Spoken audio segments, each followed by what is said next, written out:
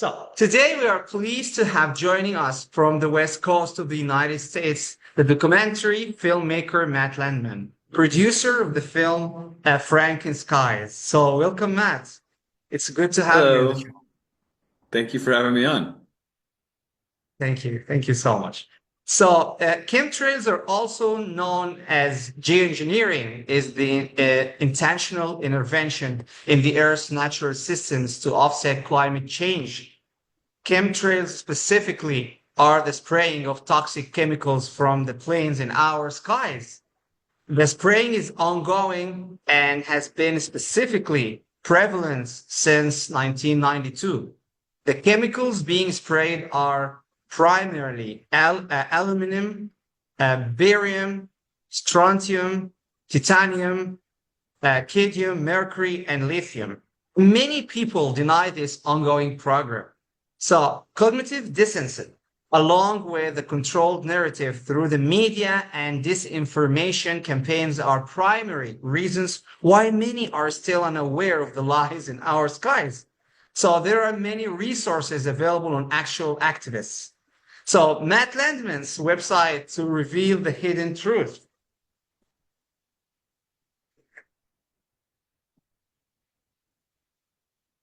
Yes. Are you there? Yeah. So where are y'all located? Ecuador. Ecuador, we're based. And how long have you been there? You're from there? Where I'm from California, he's from Egypt. I'm from Egypt. I've been How living long have you here for living and working for 9 years now. Okay. And how long I'm sorry, what is your name on the from California? I'm from California. My name's Patrick. Oh, hey Patrick. Where in California? Humboldt County, Oh, where in Humboldt? Eureka. Cool. Yeah, nice. I went to school at HSU in Arcata, and then I stuck around and lived there for a while. But so you know about sure. So when did you all? We can go back and forth, of course. But I want to know how long have you been in Ecuador? You said. I first came Patrick? to Ecuador in 2008, uh, lived in Peru for a few years. I went back to the US in 2013 and then returned to Ecuador in 2017.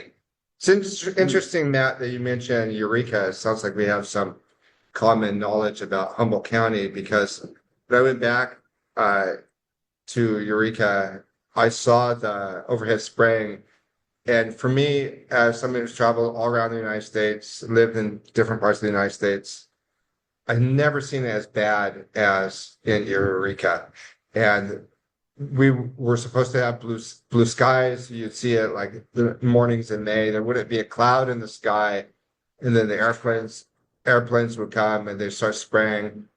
And if you can see them spraying and then they lay out the cloud cover, you got to figure they're doing it the same thing at night or when it's raining, and you'd never know if that mist that would roll in about 5 o'clock if it was real or not. And it's crazy, and that's why we want to have you on the show. You've done the film Frankenskies. How did you get into documentary filmmaking? What made you want to focus your attention on geoengineering? Well, that's a great question. I wanted to get into filmmaking. I never knew it was going to be about the reason why I was asking you all about like timelines and how long you've been in different places is because some people are new to waking up and some people are not. And for some people, it's been like a long, long journey, you know. For me, the first puzzle piece was like 9/11. And the reason why I was able to wake up to 9/11 was documentary movie, documentary film. Sure, And sure. I grew up in Virginia, and someone it was I grew up in Virginia, went to Virginia Tech, and then I ended up going to Humboldt to get my master's degree and to go to film school. So I got a film degree, and I already had it in my past that like Loose Change was the movie, and then Sure. later on Zeitgeist. which I rewatched Zeitgeist, and I'm like a new person. We changed, we evolved so much. Like I'm not the person I used to be. I was so much more naive, and now Zeitgeist is it's a great movie. It's still a great movie. I'm not trying to talk bad about it, but I see it through a totally different lens. You know, like some of it I don't even really agree with. Like before, I was just so enamored by the truth. You know, and I got into filmmaking thinking. I had this passion that I wanted to make movies, and I like movies, and so I was making shorts and stuff, um, early and doing like film competitions and stuff when I was like a Yeah, that's what teenager in my film 20s and students stuff. do. 5 minute films. Yeah. Yeah, 48-hour film festival and stuff like that, where you have to make a movie really in a short amount of time. There's like competitions and whatnot, and I never knew I was going to end up becoming an activist or making a movie or movies. I'm working on a sequel as well, and I'll be making more. Even I'm thinking about making one on EMF, radiation, 5G, and all that. 'Cause 5G, big puzzle piece, including the Yeah, chemtrails. we want to talk about Um, that today because we know you're up on that. But for people that yeah. might be new to the question of geoengineering and overhead spraying, can you kind of tell us what they'll find when they watch Frankenskies? And a little bit about the title, curious title, Frankenskies. Yeah, Frankenskies is like Frankenstein. For people that don't know about Frankenstein, it was a mad professor. He uh, got a dead body and brought it back to life through lightning bolt. And the guy, his Frankenstein creation was like other pieces of bodies cut together and stuff like that. And obviously soulless monster, and he became like a monster and like went into the town and like they Yeah. all had to come and kill it, right? So Frankenstein had been used in the GMO movement, which the GMO movement I'm gonna go on a little tangent, but it's important if you don't Sure, mind.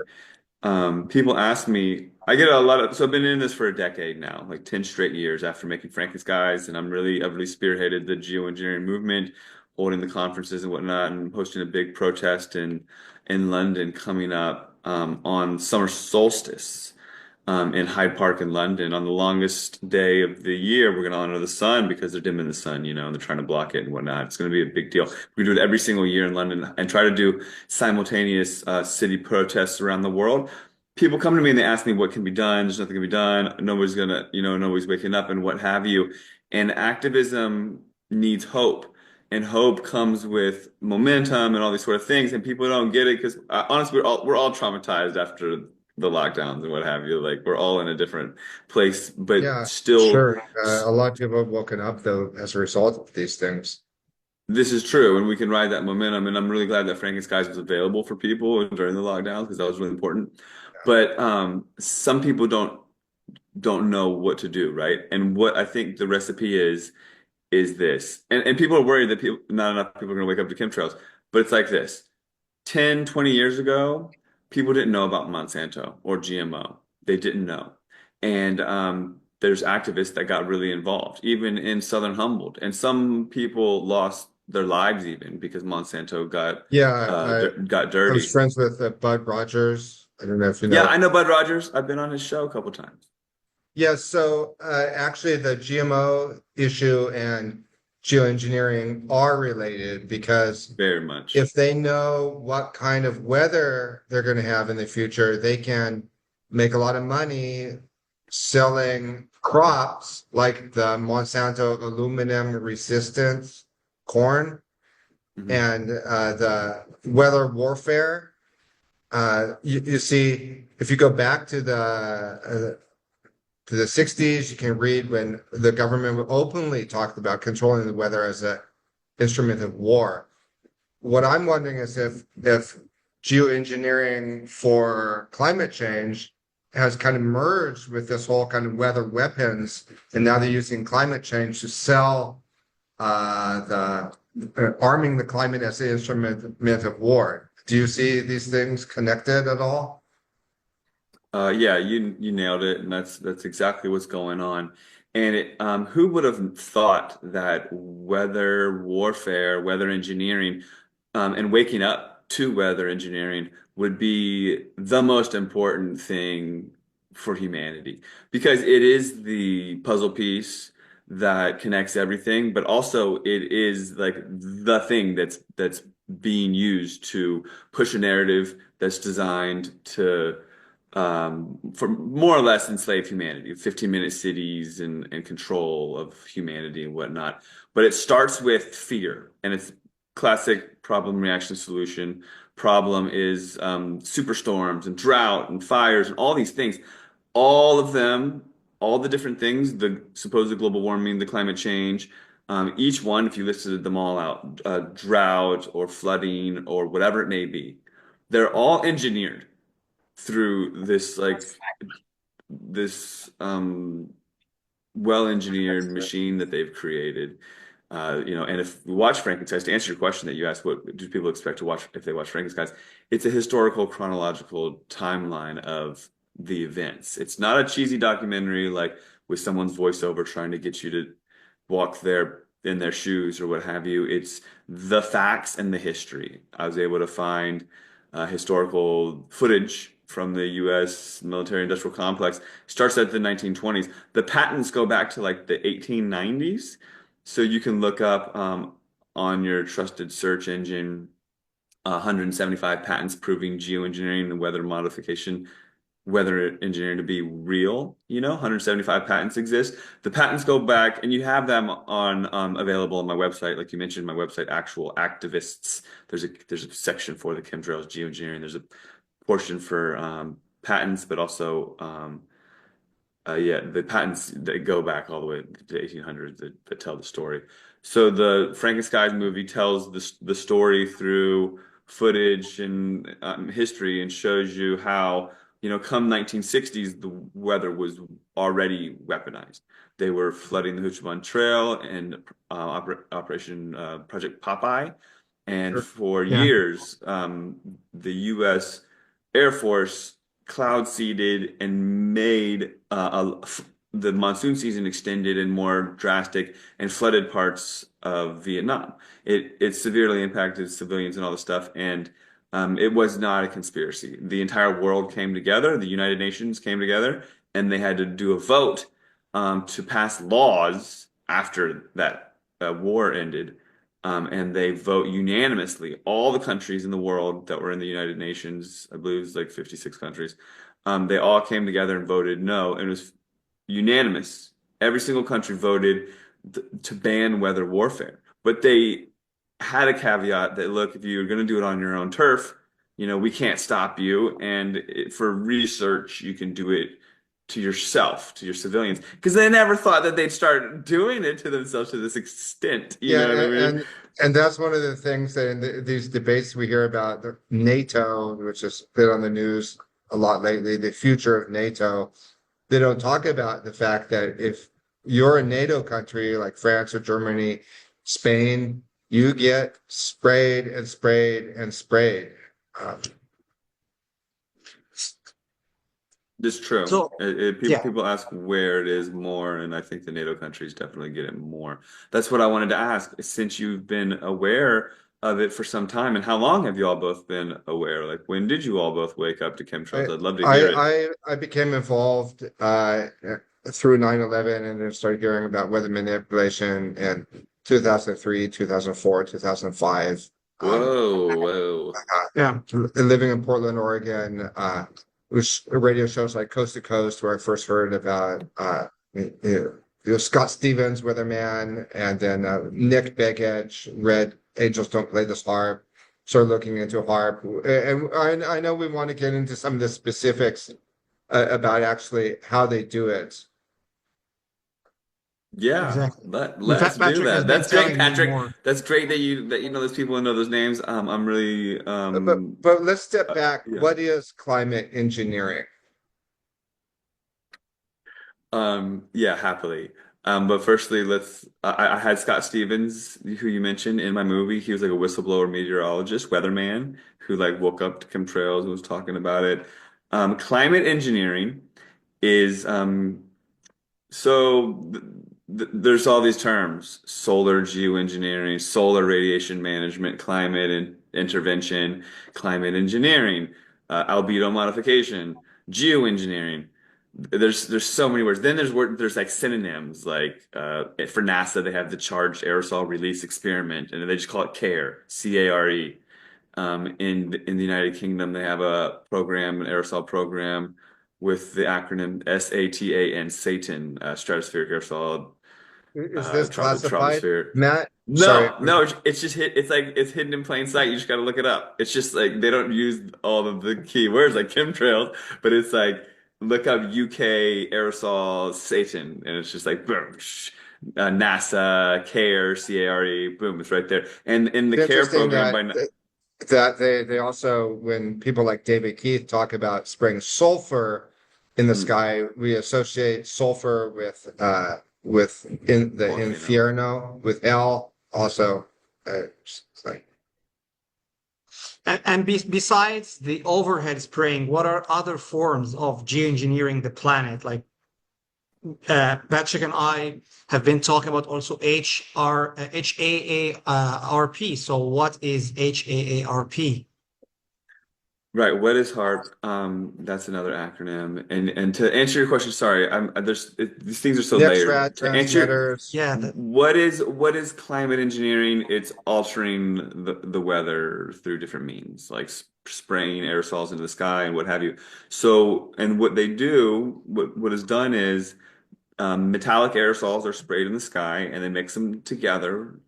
So one drone, say, will spray an aerosolized aluminum and then or aluminum, however you say it, and then another one will spray barium. And as those two mix together, they'll use a ground-based station like NextRad or HARP, HAARP, which are antenna arrays.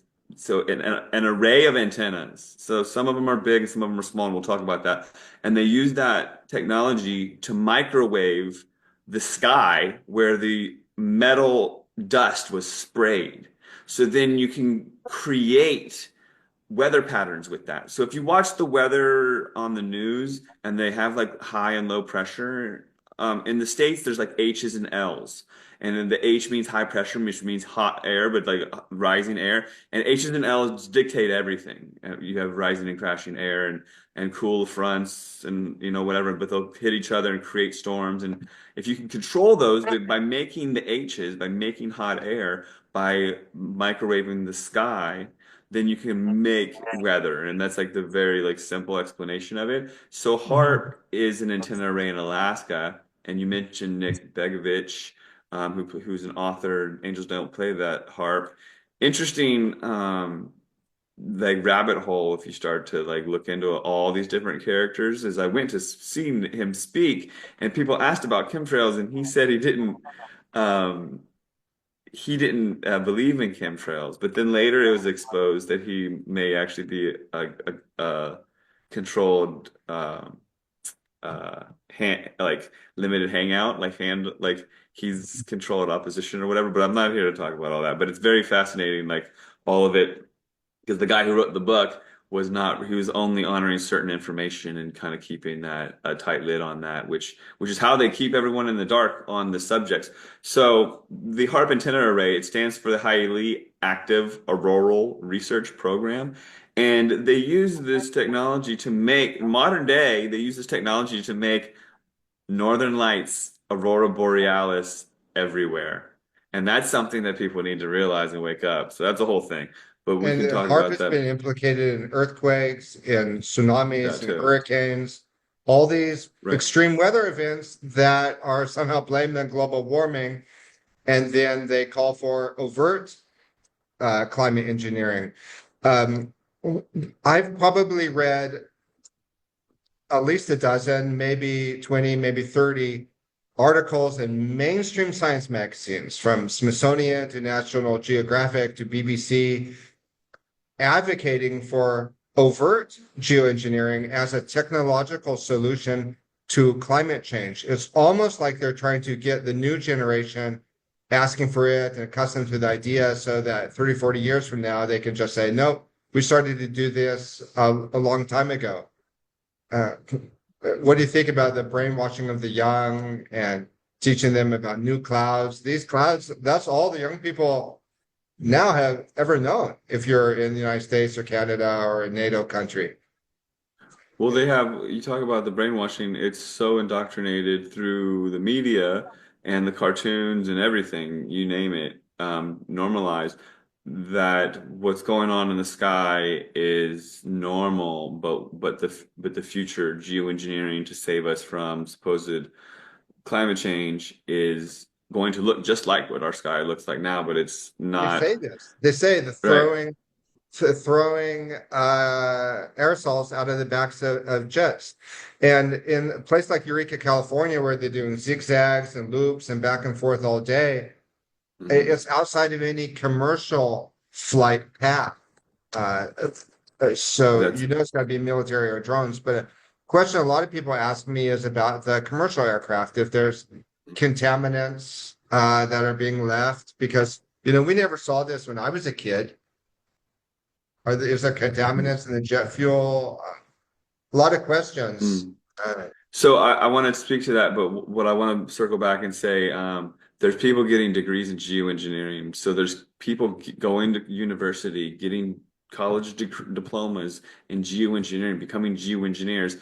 And you go to the library, and even the kids' books are like, you can become a geoengineer. So it's like fully indoctrinated in like they're gonna be doing it, but they're not like necessarily telling everyone they're doing it. And then it's not in the commercial jets. That's a big controlled narrative to get everyone confused.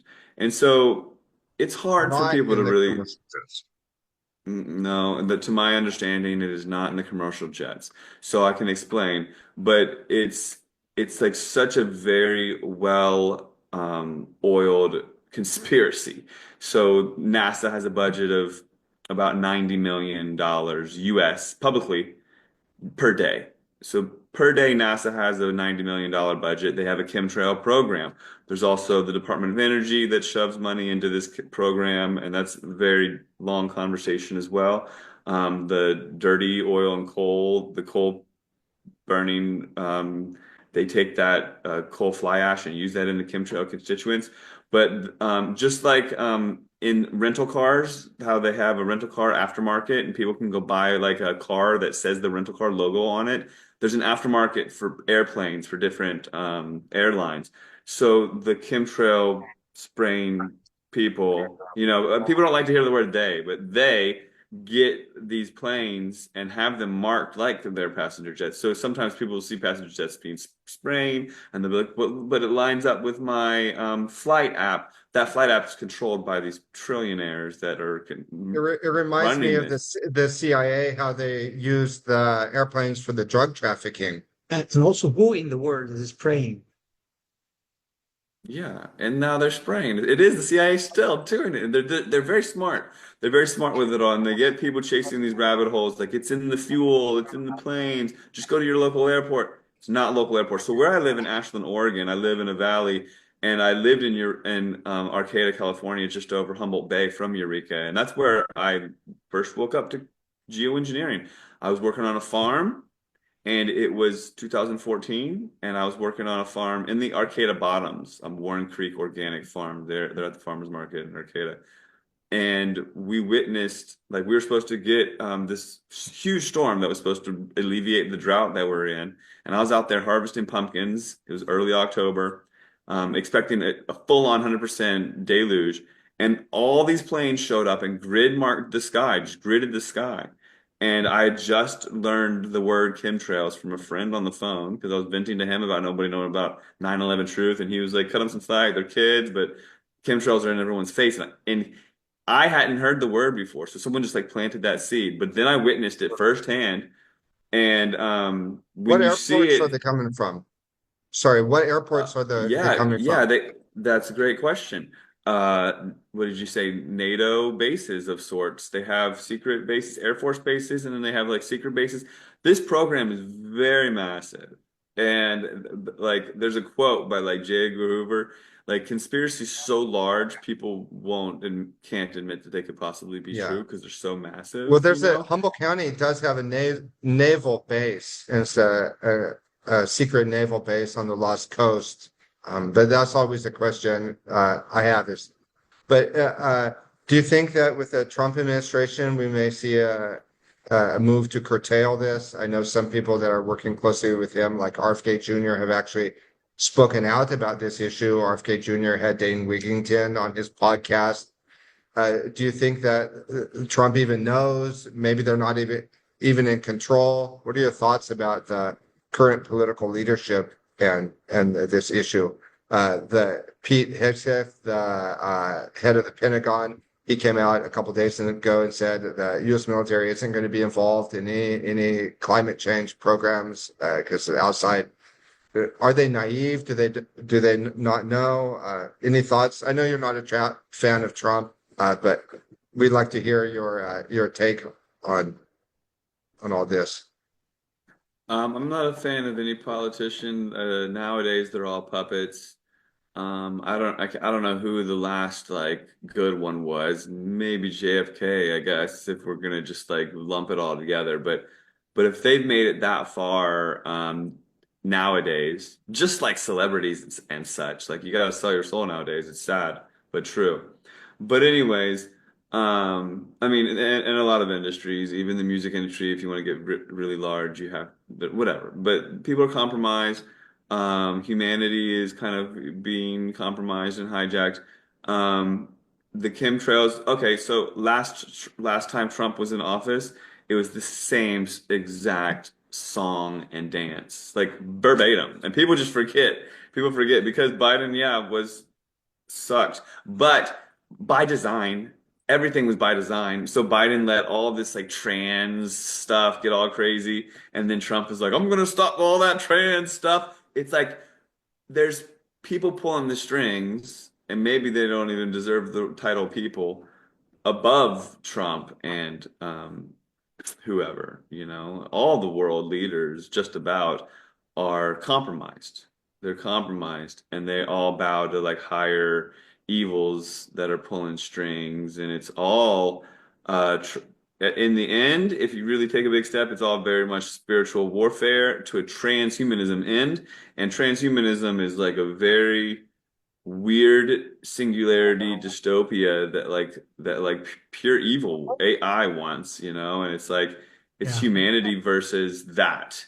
And it's like anything that's pushing towards that is anti-human, and the Trump administration is pushing towards that. When Trump got into office last time, everyone said that he had stopped this chemtrail spraying.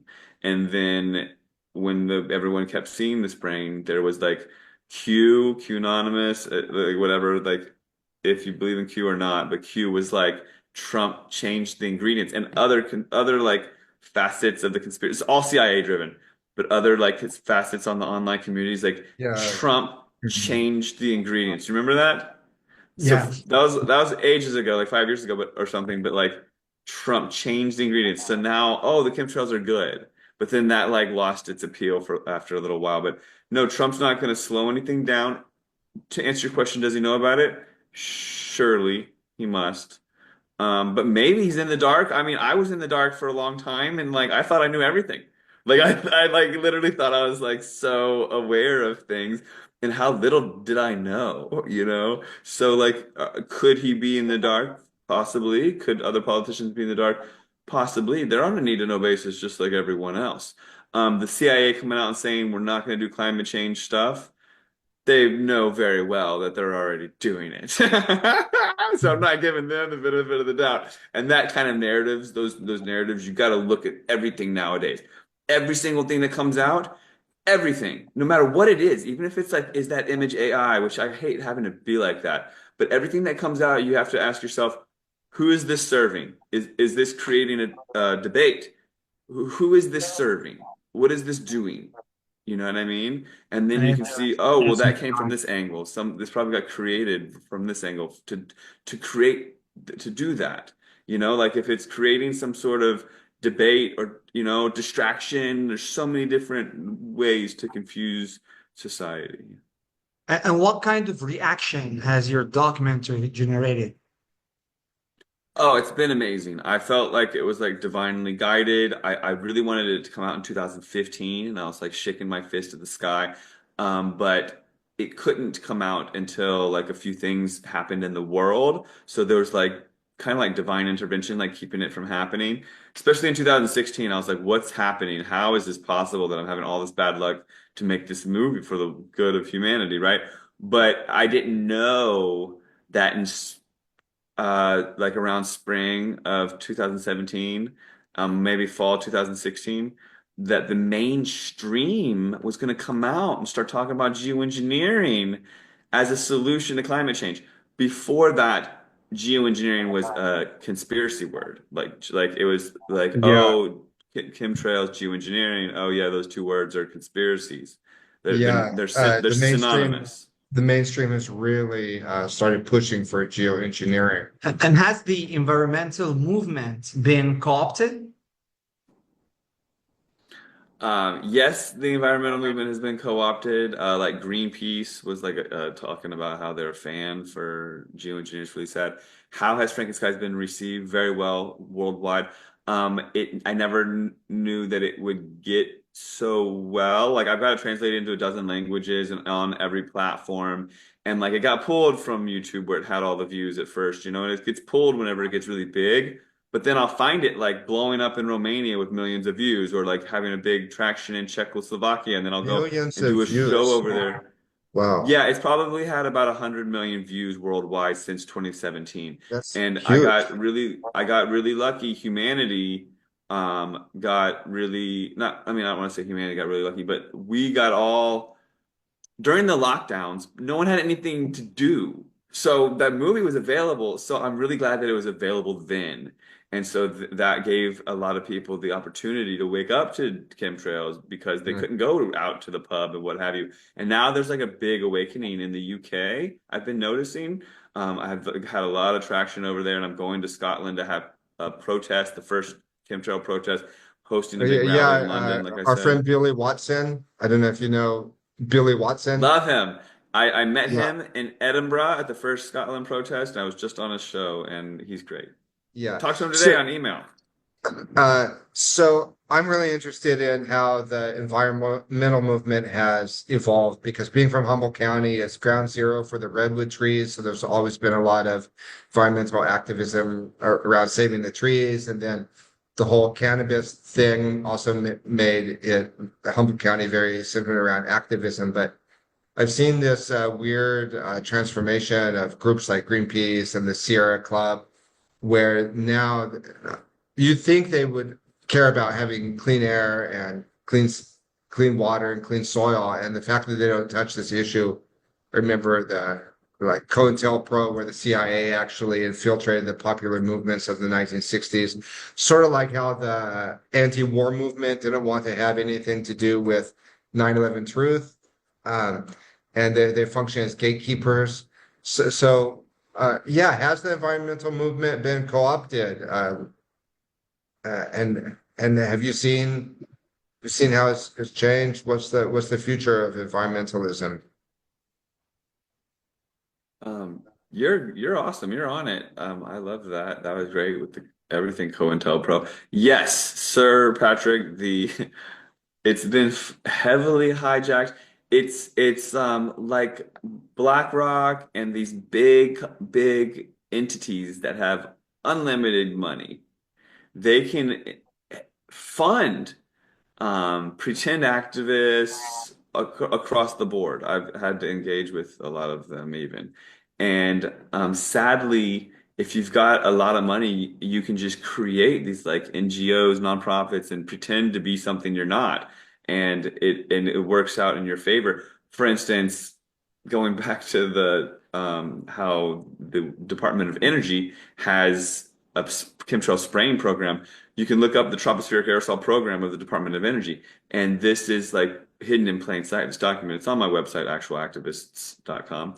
But the ones that are doing the polluting of the world, the coal and the oil companies, they're getting rich, but they also have all this money. So they're like, okay, well, first we'll fund environmental groups. So then we'll control the opposition, like literally controlled opposition. It's a word, but they'll like because they're making billions and trillions of dollars worldwide, and not to mention like energy's like free with like other means. So like if something comes out, they'll go and like gobble it up too, like a water powered engine or something or something. They'll buy up the competition and stuff because they're just like a monster at this point. And they have lobbyists and they're just like so then in 2001, right before 9/11, they started this program, the tropospheric aerosol program. This Department of Energy does this. It's part of the air, part of the um, atmosphere is the troposphere, the closest one to us. So they started this Sorry, program to sorry. start. Why are they doing this though? When they started in the 90s, they weren't so concerned about climate change. Was this some sort of a military application? What was the rationale behind getting this overhead spraying off the ground?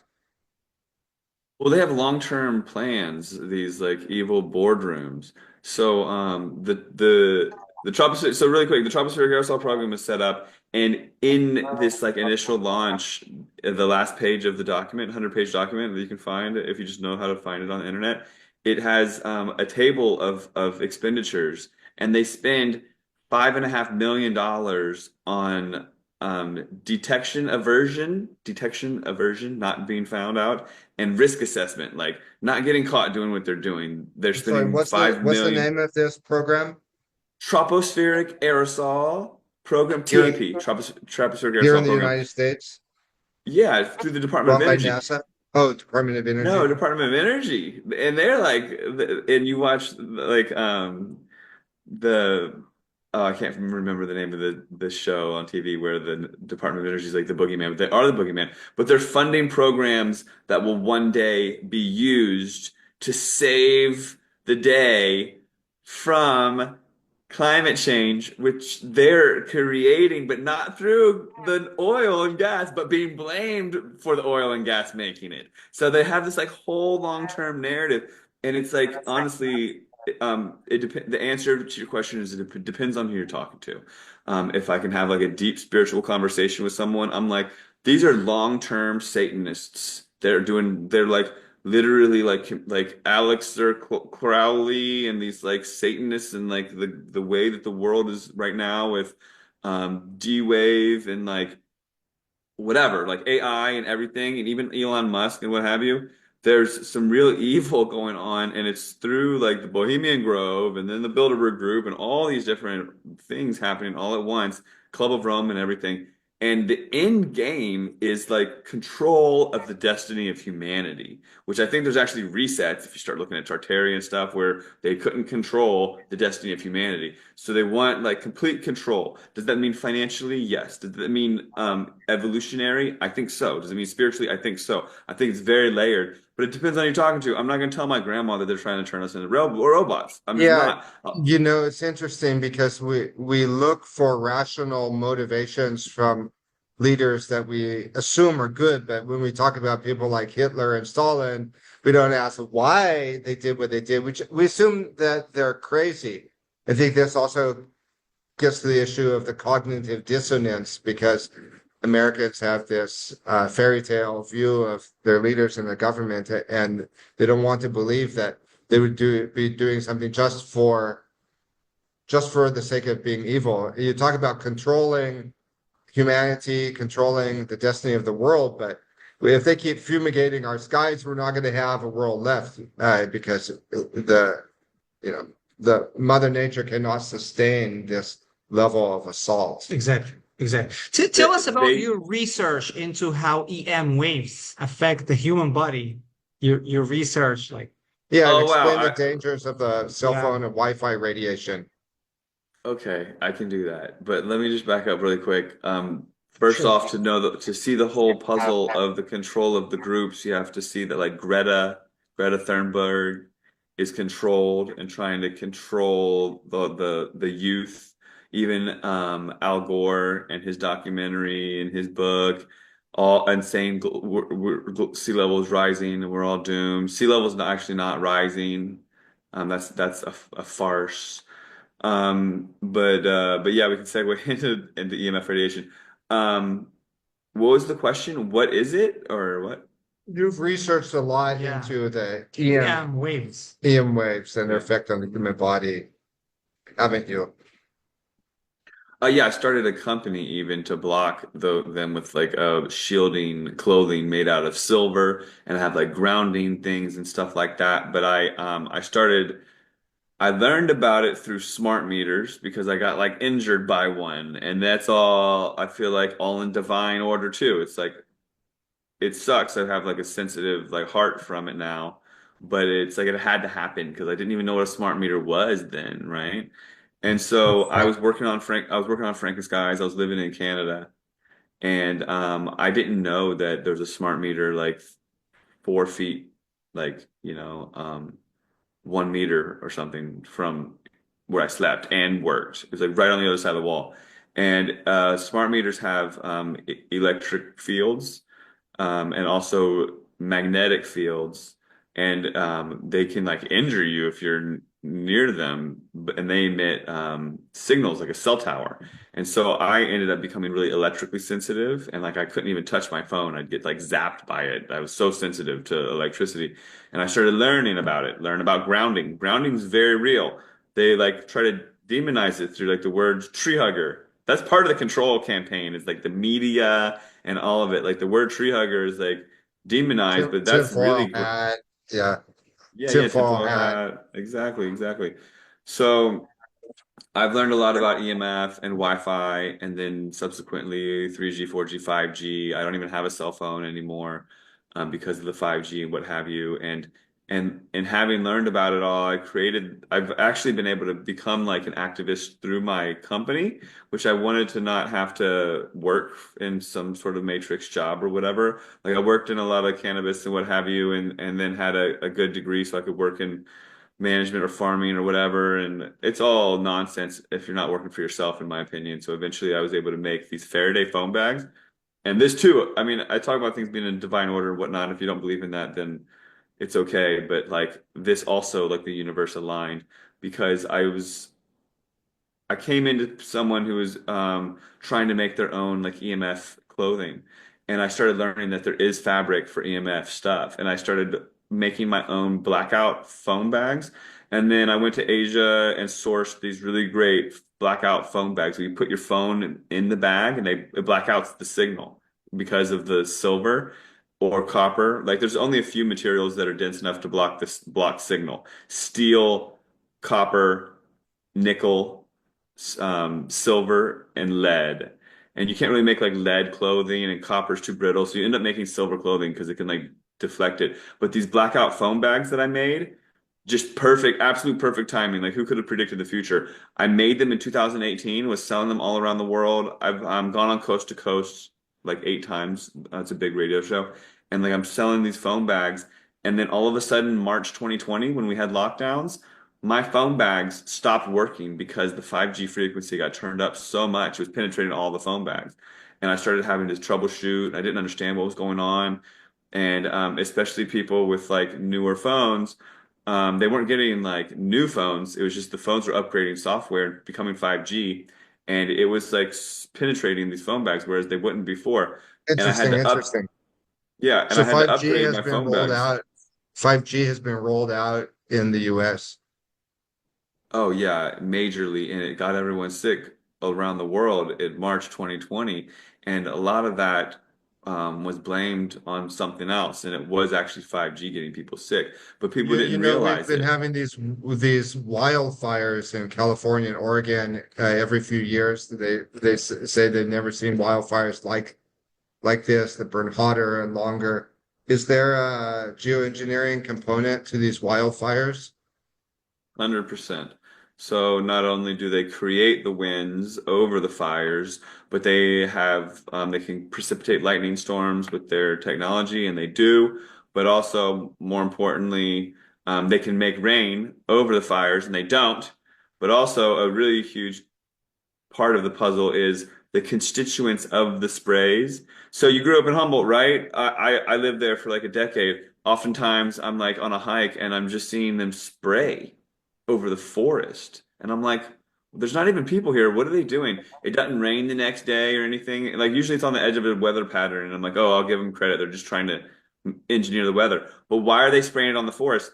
Well, come to find out, the constituents are aluminum oxide, barium salts. Those two things are used in fireworks, they're used in explosives. They're literally fire accelerants. They make fires explode. So they've been spraying these things on the forest systematically for decades to make this agenda happen right here, right now that we're witnessing, which is scare the crap out of everybody, saying global warming, push people out of towns, and even burn down cities and stuff.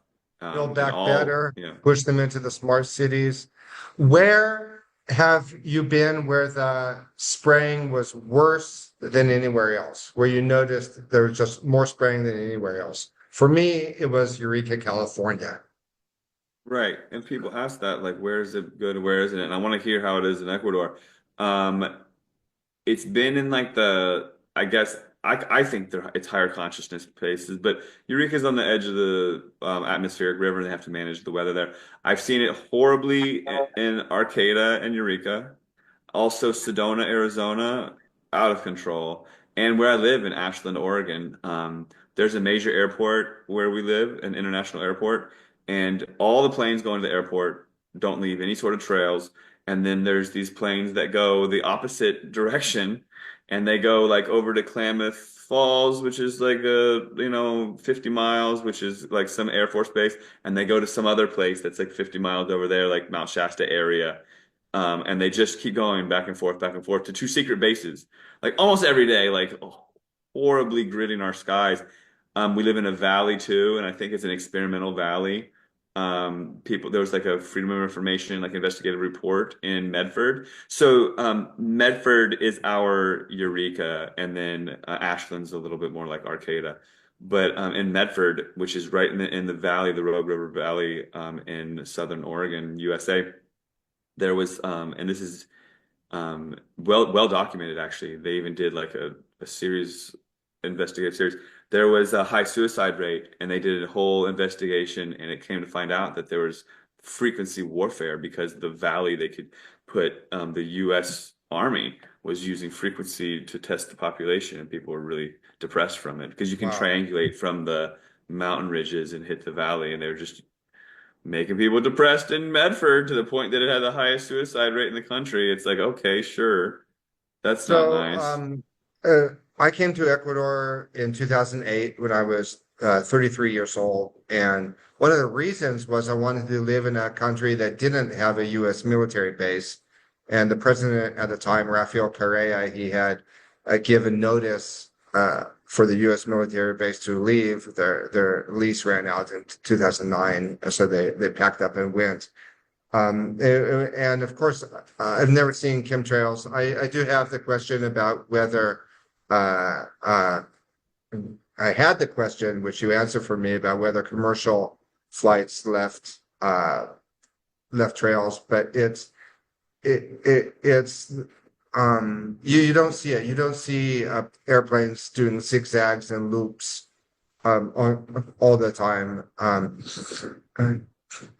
You know, when I first got into looking at the skies, I didn't notice that commercial aircraft left trails, but uh, you're saying that they don't. I mean, I saw this advertisement a couple days ago for Airbus, and they showed that the chemtrails that they say is just ice crystals, but what I'm hearing from you is that these lines in the sky that fan out and leave a cloud cover, that's not commercial. That's military or drones. Is that correct?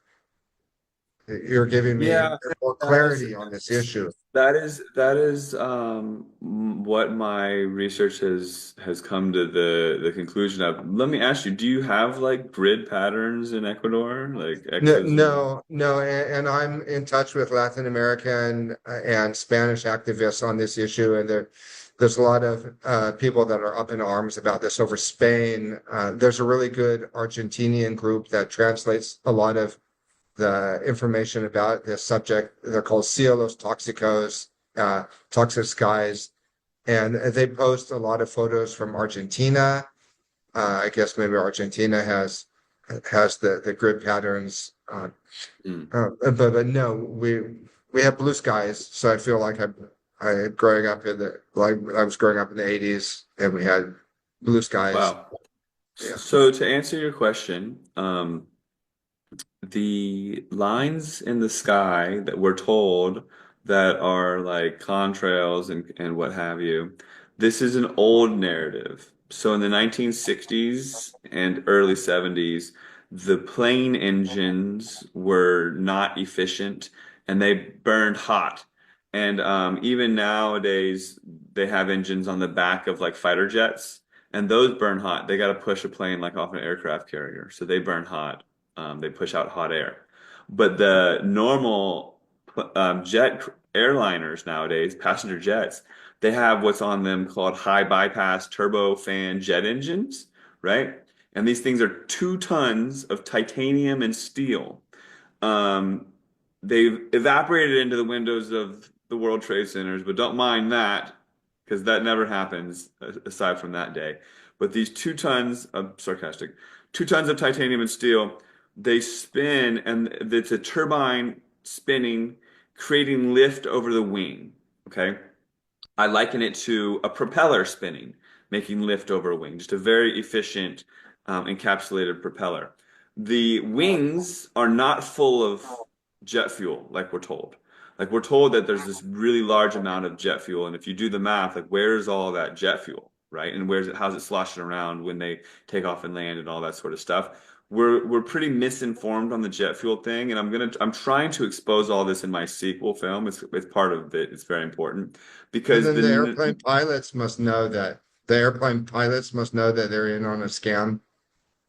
no, they don't know. There's jet fuel put on the plane for it to take off and land because they need thrust then. But once you're at cruising altitude, there's air compressors. You can use air compressors to like generate spinning for the turbine to keep Oh, going to create the lift over the wing. But it's not blasting out hot air that like we're told.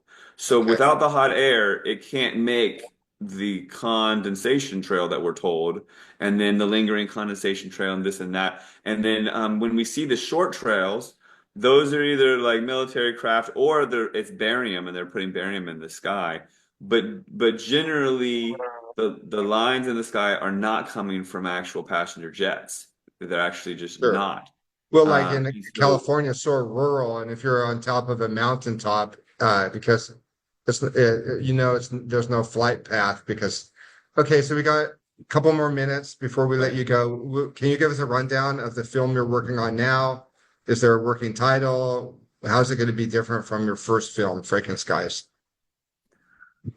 If you need, I can go a little longer. I don't know how your format is, but Frankenskies 2 is I mean, like the first one was just like no one knew about it, and so many more people are waking up to it now. So it's like a totally different world, you know, in a new environment. The first one was about the history and how we got to where we're at, and then released in 2017. They were just coming out with new fake cloud names and normalizing geoengineering in the media and what have you. We've gone a long way since then, and this one needs to have solutions. So one of the main solutions is taking care of your own self, so you aren't bogged down by the uh, constituents in the sprays, you know, because the aluminum toxicity in the brain, you can have Alzheimer's and dementia, which is now the number 1 cause of death in the UK. They get it really bad. They get a lot of chemtrails. So the number 1 cause of death now is dementia from the aluminum buildup in the people's brains. So we And they can already have prevent. in the UK, they already have an overcast climate, don't they? Mm. Yeah, and then they spray even more, and these people don't get any sun for like ages. It's really bad there. And then like even today for me, when the clouds parted, it was some crazy, weird, harped out chemtrail sky, like you said earlier about them doing it on top of the clouds. But it's important for people to understand about mineralization and also to avoid like big pharma as much as you can because statins, people are like through the mainstream, we're told that cholesterol is bad. And so then we start altering our diet and not eating cholesterol stuff. And then people are even on statins, which is a cholesterol drug. And these different heart medications like statins, they dry up the cholesterol that surrounds your brain, that protects your brain from the aluminum. So you don't want to be doing that. And that's going to be in the movie. I interviewed this Swedish naturopath just now in Idaho, and I'm really excited Yeah, about that. we interviewed Dr. Sally Karlfeldt. Fallon Moral. We Yeah, interviewed Sally Fallon Oh, Moral last cool. year. last year, talking about fats. Nice. Yeah, very important stuff, you know? And yeah, all the fats What that can we're told people that are do? bad. Like if somebody's watching this and they say, "Oh, we're screwed. There's nothing we can do." Can you give advice for people who want to be actual activists? Well, yeah, I'm getting there. I'm definitely, and I love that question. Also, part of being an actual activist is taking care of your body, which I'm a big fan of mineralization through bioavailable plant-based minerals. So, like taking something like I take a sea moss bladderwrack burdock supplement, and it's all these bioavailable minerals. And then I'm not walking around like a sponge absorbing the toxins in my toxic environment because I'm up to speed on my minerals. If you're mineral deficient, your body's going to be like, I need, and then it's absorbing the radioactive cadmium into your bones because you don't have the magnesium and calcium in your bones because you're not taking care of your body. How people can become an actual activist is one day at a time. Through Hollywood and programming, we think that there's going to be a Superman that's going to come and save us. And all we got to do is help Superman. Or maybe get the superpowers and become Superman. But that's not reality. Reality is one day at a time, one step at a time, one breath at a time. And becoming an activist is each day, what can I do? And you learn, you change, you grow, you adapt. The whole world changes and so do you. Everything shifts. And so you start with a sticker or something, or you know how to knit, so you knit something for truth. And then it changes, you know, because you get out in the world and you try to share it with the world. And, you know, what are you passionate for? Take that passion to the next level and try to bring it to the world and then just keep growing and changing. I mean, we do it with everything else, you know, like if it was our only sustenance, like if activism was like our only way to make money and survive, people would adapt and change and grow, and people would be driving around activist Ferraris, metaphor, you know? But it's like because it's like it's got to be from the heart, and because the indoctrination is so deep and our peers are oftentimes brainwashed and we don't want to stand out, people stand on the sidelines. But it's time to get off the sidelines, you know. Being the change is not a spectator sport, right? And people can't just stay spectators forever. So I encourage everyone to do what they can. And everyone can do something in their own way. And then it grows and it adapts and changes, you know. Yeah. We want to have you back on the show sometime to talk about fluoride. Yeah. That'd be cool. Let's do Okay. that. But really quick, I'll tell you, fluoride comes from the aluminum industry. So it's bonded to aluminum. So when they melt it and create aluminum cans or whatever, a byproduct, a toxic byproduct is that fluoride. So then the fluoride, it wants to bond to aluminum. It came from aluminum. It came from that. So then when you get the fluoride in your system from your toothpaste or whatever, and then you've got aluminum in your system from maybe your deodorant or the aerosols, then those two bond together in your brain and have a chemical reaction and bypass your blood-brain barrier because the fluoride knows how to pull the aluminum and pull it into your brain. So it's like a toxic combo. But we'll talk more about it on the next show, and I look forward to it. It's a poison, literally poison, isn't it? Yeah, it's a toxic byproduct of melting aluminum, and it's poisonous, and it's never been proven Yeah. safe. It's only been proven toxic. It In lowers IQ Latin in America, it's children, in the and salt. Yeah. It's We use it in the soul. and it says it on the package. Yeah, really, crazy, huh? Yes. for what reasoning? For the dental cavities. The difference The, between the United States and Ecuador is in the United States, there is an alternative media. And even though people don't use it, at least that access means that people are aware that at least these things are controversial. And there are some people out there that don't agree with these things. But Latin America, it's very much like the United States in the 50s. And so they will never even have heard that there's even a debate about fluoride. Yeah. wow, well, that's hopeful and also sad. At We can least talk there is about this some later. Okay. choice. I feel like we at least have a little bit of choice, but we don't have choice in the aerosols being sprayed in our air, and that's that's why we need to stand up and do something about it. And like activism is just one day at a time. You know, I never thought I'd do all that I've done, and now I'm hosting protests and having conferences and coming out with another movie and all this. And I have my own podcast, and I'm going on, you know, your show, and it just takes having some initiative, right? Like you guys decided to make a podcast, and now you're reaching people, and like everyone can do something. It just takes giving it some energy, you know, and getting creative as if your life depended on it, because it does. You know, yeah. Thank you, Matt. Thank you so much. Yeah. Namaste. Yeah, namaste. Very nice to meet you both. Ahmed, Patrick, cheers.